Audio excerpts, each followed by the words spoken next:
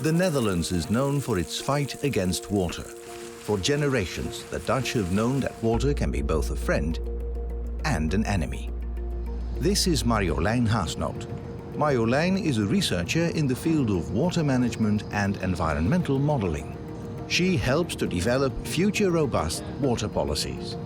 Because we don't know exactly what the future climate or society will be like.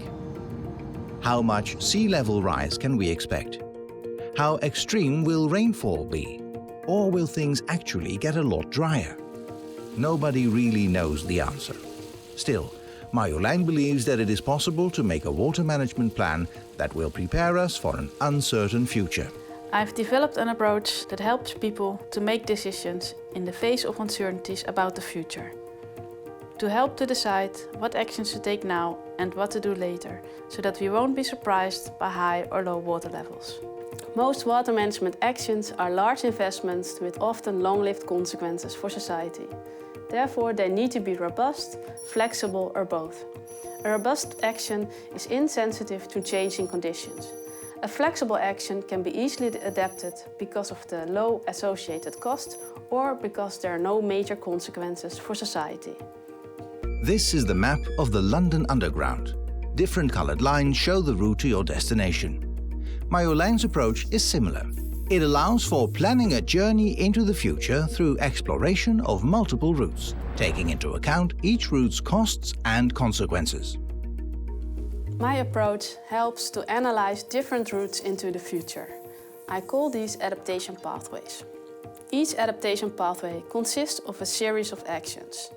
If circumstances change along the way, you can change your route by switching or adding actions, so that you ultimately achieve your objective after all.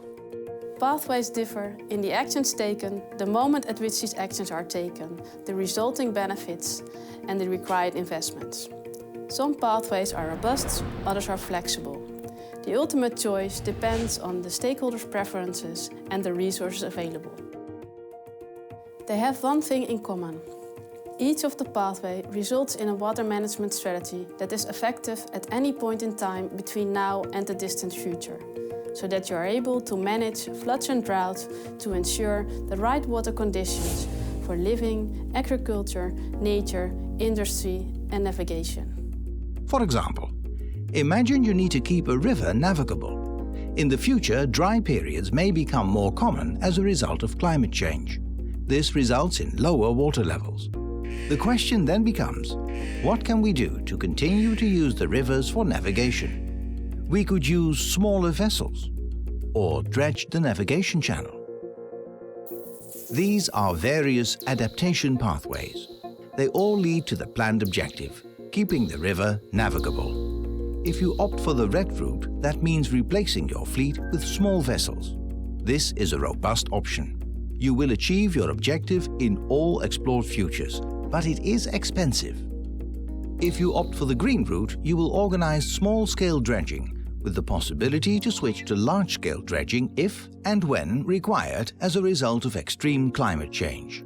Hence, this is a flexible measure. It also achieves the objective and it is not as expensive as the red option, but there are adverse side effects.